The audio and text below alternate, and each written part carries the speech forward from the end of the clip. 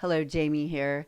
We are going to do a short little practice today, and I wanted to show the practice using some wedges for the wrists. These little wedges have been an absolute game changer for some of my students who have carpal tunnel or whose wrists otherwise keep them from enjoying their yoga practice and keep them from actually executing some of the postures. And these little wedges work amazingly in helping to change the angle by bringing the wrists up a little bit so that you have a little break, a little less of a angle for your wrists. So I'm not promoting any certain product. I just am promoting yoga and the accessibility of yoga by using some props.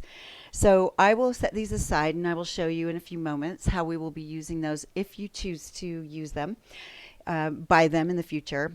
The other little prop that we will be using today is a blanket, and you can use obviously an official yoga blanket, but you can use any blanket in your home or a folded up towel or a couch cushion, anything that you have that will help to lift you up. So we will use both of these in just a few moments, but I just want to warm up first and start with a Tadasana in a standing posture. So if you need to grab any props, please do so and meet me right back here on your mat.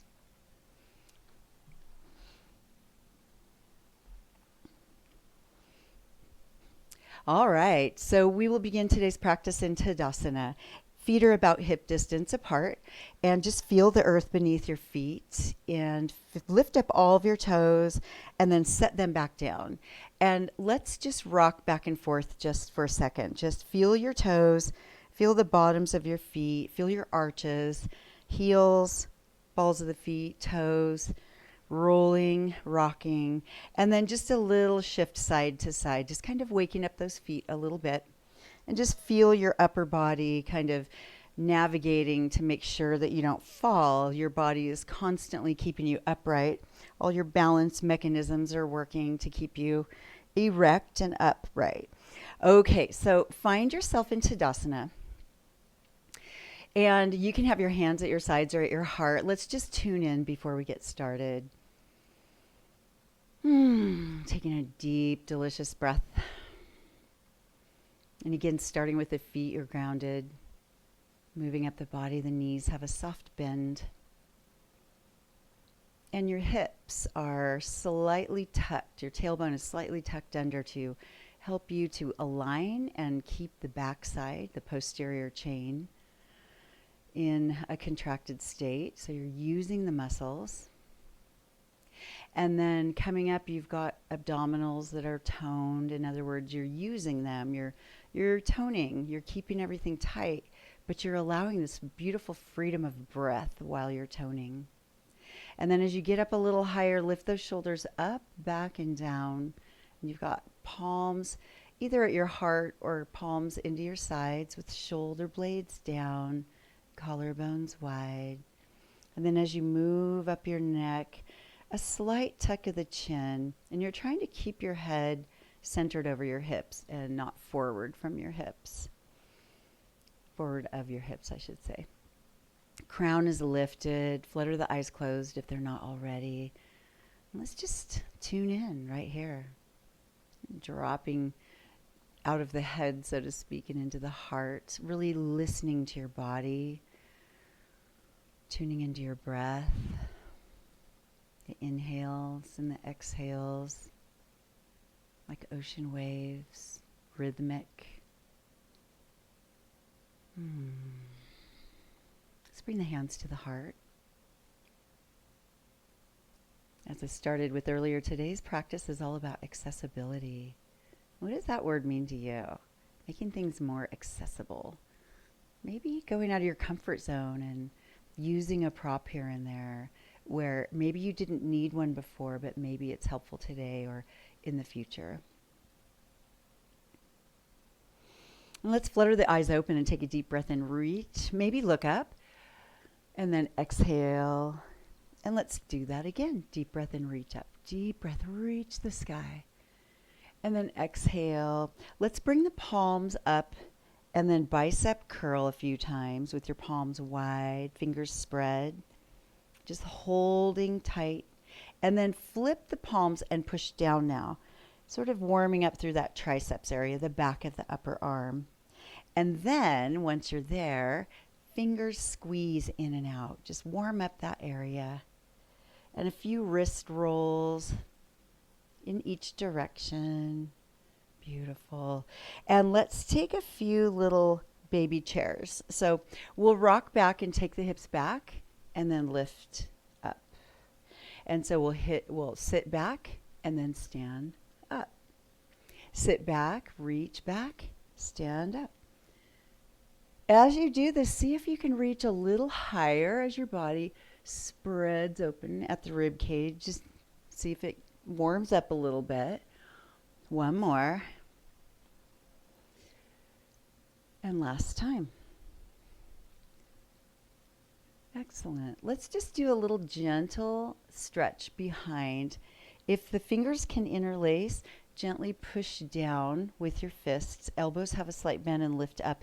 If you can't get your hands together, just reach back and see if you can squeeze your shoulder blades together. Bend the elbows slightly and lift the elbows up. Shoulders are down. It's like you've got this pushing me, pull you going on. And take a breath and just take a deep breath in. Reach up, maybe a baby back bend, and then exhale down. And if you're not at the very top of your mat, make your way there. And let's take a deep breath in. Reach, baby back bend. Exhale, arms down and around. Hands come to the shoulders and draw circles with your elbows. And then reverse that, really opening wide, kind of supersizing the movement. And then release that, take a deep breath in again, reach up, baby back bend, and then exhale to a forward fold. And if you have blocks and you like to use blocks here, that's a great idea. If you're able to hang there, maybe you let go and you go for your full forward fold, or maybe you prop yourself and hold yourself above your knees with your arms. However, whatever way you choose to take your forward fold, this first one, let your head be heavy, neck is relaxed. And let's take one more deep breath here, stretching those hamstrings, bending the knees just as much as you need to. And take a deep breath in, root down to rise to the top, reach those arms up, and let's bring the hands right into the heart. And we'll do that again. Deep breath in, lift, reach, baby back bend. Exhale to a forward fold. Take your time, get down there however you like. Using props or not, we're going to take a deep breath in for a half lift. Knees are soft. Let's hold this first one for a couple breaths. Widen those collarbones, pull your shoulder blades down and back. Tone the abdominals, and you can be at your shins, at your thighs. Perhaps you might have blocks, or maybe you are out in front on the floor with tented fingers or palms. But draw the sternum away from the tailbone. Inhale deeply. Exhale, forward fold. Inhale all the way back up. Reach the sky. And exhale, hands to heart. All right, we're going to take it down to the ground and start using those wrist wedges. So let's take a deep breath, lift, reach up, baby back bend. Exhale, forward fold. And place those wedges just to the outsides of your feet with the fat side back. And then step back, hands and knees. And then renegotiate those wedges right under your shoulders. And if you're not using the wedges, just hands right below the shoulders. And let's take some cat-cows. So deep breath in, lift. Draw the heart through the gate of the shoulders. Tuck that chin. Exhale, tuck the chin and tuck the tailbone. Now, the palm placement, keep breathing, just keep breathing. This hand should be all the way on the thick part of the wedge. You want to make sure the heel of your hand or your wrist is not coming off of that. So we really want to be supported here. All right, let's keep going with that flow. Deep breath in, lift chin, lift tailbone. Exhale, under, tuck. Inhale, lift, chin and tailbone. Pull the shoulders back. Exhale, under. 2 more, just like that. Inhale, lift. Exhale, under. And 1 more time. Inhale, lift. Exhale, under. Excellent. And then settle back in to tabletop. Now, what we're going to do next is take the right leg straight out from the right hip. So it should be straight out. And we're going to tuck the left toes, and we're just going to rock back and forth.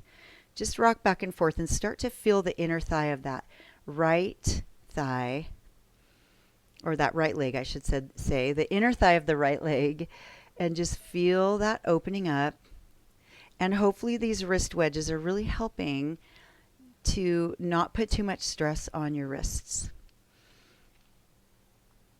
Now, keep that right leg extended, but draw it around to the left side of your body. Plant the right ball of the foot on the ground. Untuck your left toes.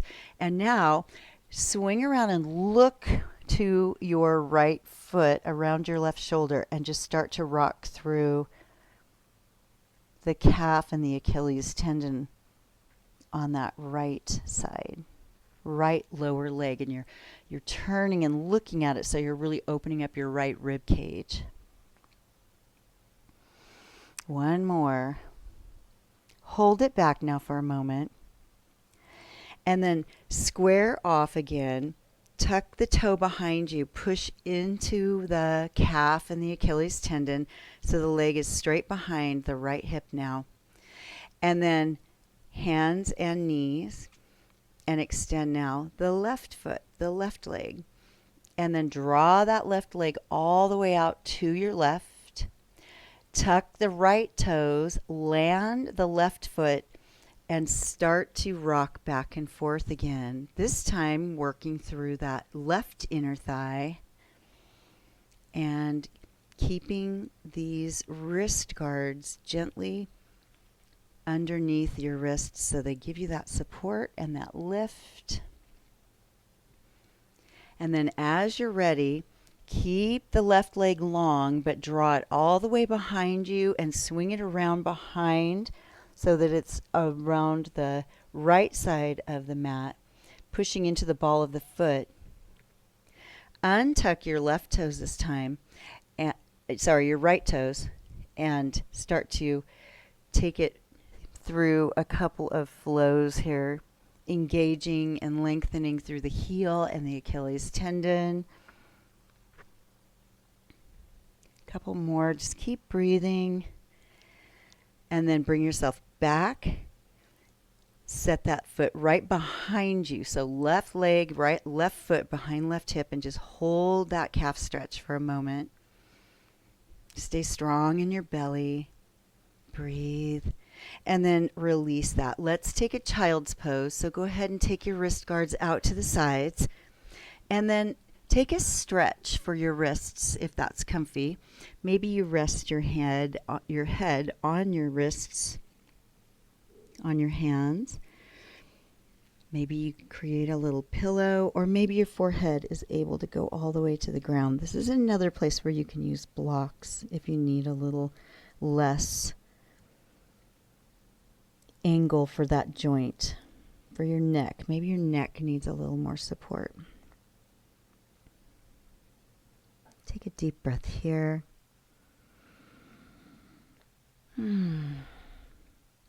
Slide the hands underneath the shoulders. Make your way up to a seated position. And now we're going to draw the knees together and take those wedges underneath the hands again. Tuck the toes, and we're going to take it to a plank. So actually, why don't we just go ahead and set the legs back into plank pose. And so what I'd like you to do is just test the waters, because we're going up to down dog. See if these wrist guards are helping. Take a deep breath in, and then exhale up to down dog, and just walk one heel down and then the other. And then you'll notice, because you're at an angle now, that your palms of your hands might try to start pushing off of the wedges. So this is where I kind of back up my hands a little bit on the wedge and don't really let the wrists go off the edge, but kind of grab onto the edge, if you will. You'll see what I mean if you use them. And then let's send the hips high, tailbone high. Knees bend as much as you need to send the heels towards the ground and open the knees as much as they will straighten. Heels are just floating towards the ground. They may touch, they may not. Knees are bent as much as they need to be. Take a deep breath. Exhale, make your way back to hands and knees. And then sit on your feet for a moment if that's available. If it's not, come up on your knees. And if that's uncomfortable, you can take a blanket behind, decreasing that angle for the knees, sitting up nice and tall. So again, let's stretch the wrists. Taking the time to really listen to your body. Your body might say, ooh, I need a little more attention in the wrist joint or in the knees or wherever your body needs the attention and a little extra leaven. Give your body that space. Really listen, because we yoga instructors have suggestions and we invite you to join us in a flow, but sometimes your body just needs something different that day, or maybe your body just can't do some of the postures, and that's totally fine. The beautiful thing about yoga is it's very individual, and so you're invited to just change it up, make it yours, make it so your body likes it. All right, let's take that blanket out from under, and just to show an option, if your knees bother you, you can place the blanket under your knees, and let's put these wrist wedges underneath again. And all of this takes a little practice. You might feel yourself get a little wobbly, and that's okay. All we're going to do are just some kind of traveling cat-cows. So we're going to go all the way back, and then we're going to come forward. And then if it's available, we're going to bring our hearts forward. And then we'll take it back, sending the hips all the way back, lengthening the arms. And then coming up, and then maybe taking your chest and heart forward and squeezing. Now that's a big back arc. It might be too much. So you just have to really listen to your body. Take it one little bit at a time. Last time, hips back, sending your body forward. And as you're ready, we'll take that blanket out from under the knees, and we will set it at the back of or at the side of the mat. However, I'm not sure how if you're facing your perpendicular, your mat's perpendicular to me or side to side, but however you can, sit on the edge of that blanket in a cross-legged position if that's available. I just want you to feel how lifting that tailbone up a little bit gives you a little extra space through the hips. And let's just take a deep breath in. Exhale. One more time, deep breath. Exhale. Lower your chin straight down. And then roll your right ear over to your right shoulder. And then down with the chin and roll over left ear, left shoulder. And then roll back down. And then gently lift that head, and let's put the other foot in the front. Sitting up as tall as you can. Being really mindful. Now this time we'll stretch the neck by looking over to the right, over your right shoulder. And then come forward and look over your left shoulder. And we'll go one more time in each direction. Inhale in the center, exhale around as far as you can go. And then bring it forward, exhale around. And then release that. If it's available to you, grab your hands interlaced behind your head, behind your neck, and I'll show you from the side a little bit here.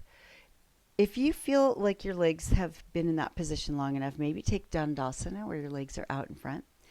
Fingertips behind, interlace if you can, and we're going to just inhale and pull your heart forward and elbows back.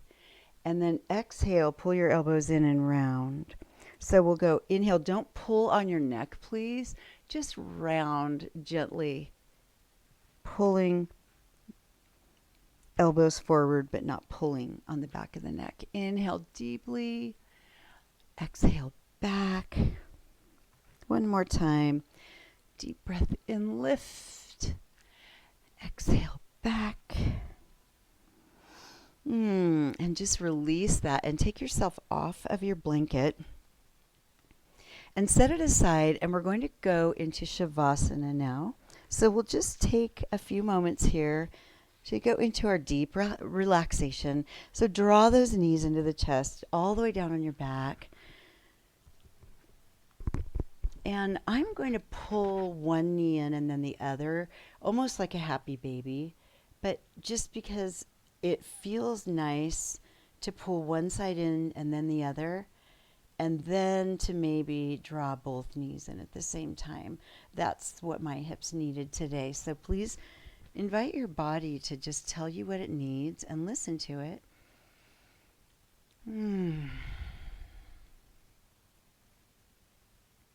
Let's set the right foot on the ground and then take your left foot across that right knee and open up that knee and that left knee. And if you want to gently push on that knee, it's an invitation just to coax it, not to force it. And then if you need a little extra stretch through that left hip, you can lift your right foot off the ground, drawing in your left ankle, which is drawing in your left hip, and then you might gently push away on that left knee. Now, again, I don't recommend you do that if you're already really tight. It's only if you need a little bit more. Let's rotate that right ankle and reverse. And then set that foot on the ground and switch sides. So right ankle across left knee, and that may be enough. You may find that's a really powerful stretch just in and of itself. It's a modified pigeon. Some people call it a number 4 or an H stretch, but it stretches the external rotators. Draw that knee in, pull in to you, towards you.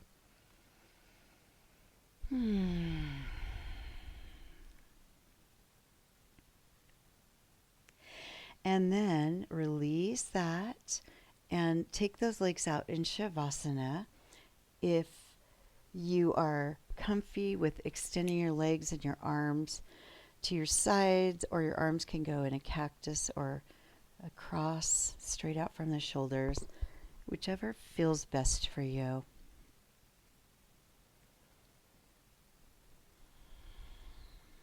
Just take some deep breaths in. I'm going to read something to you, just a little affirmation while you're there in your Shavasana, and then we'll just stay in total silence before we end. And this is just a beautiful prayer that I love. And again, in losing my son and having that really broken heart and sort of a hole in my heart, I find that this prayer really helps me when I say it to my son. So if you have anyone you feel like you want to say this to, please feel free, and you can repeat after me silently or out loud.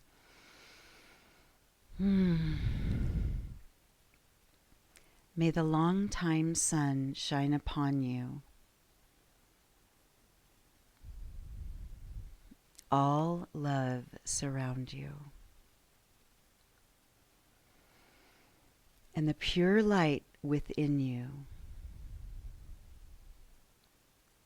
guide your way on. And I'll say it a little bit faster this time. May the long-time sun shine upon you, and all love surround you.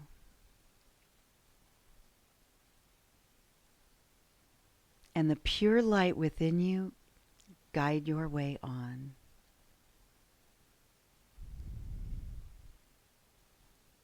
This prayer ends with Sat Nam.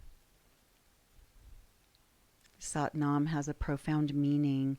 Sat means truth and Nam means name. So it's like my truth. This is my truth. Sat Nam translates to something really deep in that it's I am truth, or truth is my essence. And so I'm going to say the whole thing again, and then I will just be silent and let it land for you, and I'll call you back out in a moment. So I say it like this.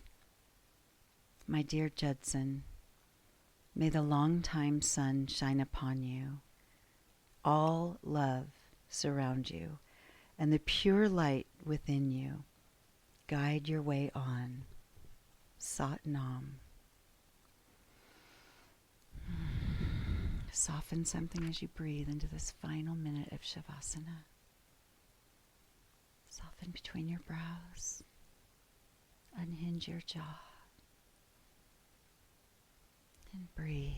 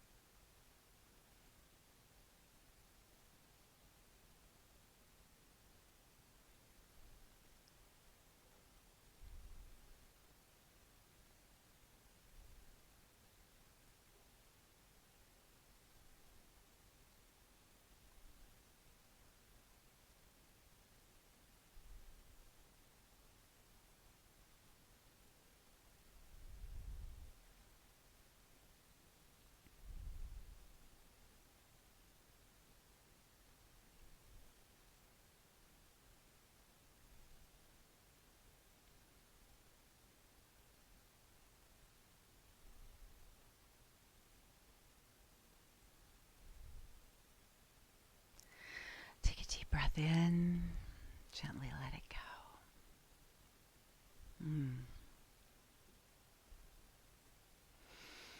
Wiggle your fingers and toes and bring some life back into your body.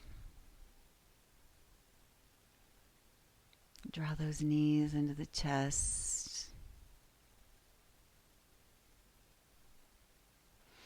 And if you're finding that you just want to stay in Shavasana for a while, hang out for a while longer, please feel free. Otherwise, make your way over to the fetal position on your side with your knees pulled up into your chest, your bottom arm serving as your pillow. Just let all your body fluids settle in. You're safe, you're grounded. And then gently bring yourself up to a seated position. If it's comfortable, sit on your blanket again to maybe bring your hips up a notch.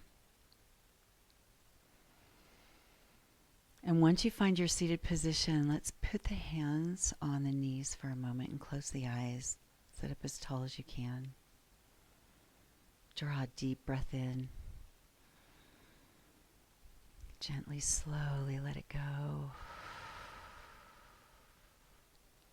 And let's place one hand on the heart and one heart on the belly.